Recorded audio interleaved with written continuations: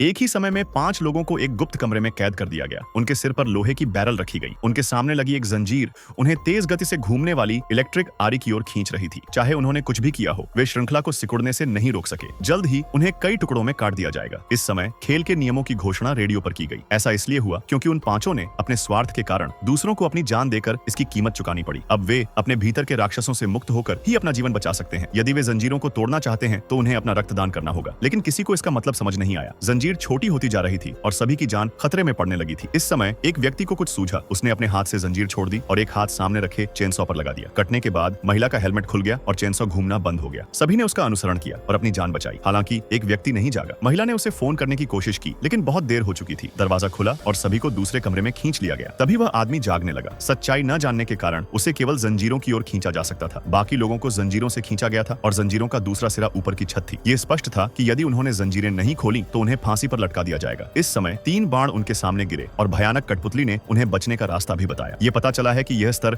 आपके सामने खड़ी छोटी बालों वाली लड़की पर लक्षित है। उसने लूटपाट के चलते एक राहगीर की हत्या कर दी थी, लेकिन अब उसे भी जहर का इंजेक्शन लगा दिया गया है। यह मारक औषधि उसके सामने मौजूद 3 अभिकर्मकों में से एक है तथा शेष उच्च सांद्रता वाले सल्फ्यूरिक एसिड हैं। छोटे बालों वाली लड़की कोई चुनाव करने की हिम्मत नहीं जुटा पाती। फिर लोहे की जंजीरों से सभी को लटका दिया जाएगा और जल्द ही सभी की गला घोंटकर हत्या कर दी जाएगी। जीवित रहने के लिए दाढ़ी वाले आदमी ने सभी औषधियों को सीधे छोटे बालों वाली लड़की के शरीर में इंजेक्ट कर दिया। अगले ही पल जंजीरें खोल दी गई और सभी को बचा लिया गया, लेकिन छोटे बालों वाली लड़की अचंभित होकर जमीन पर घुटनों के बल बैठी रही।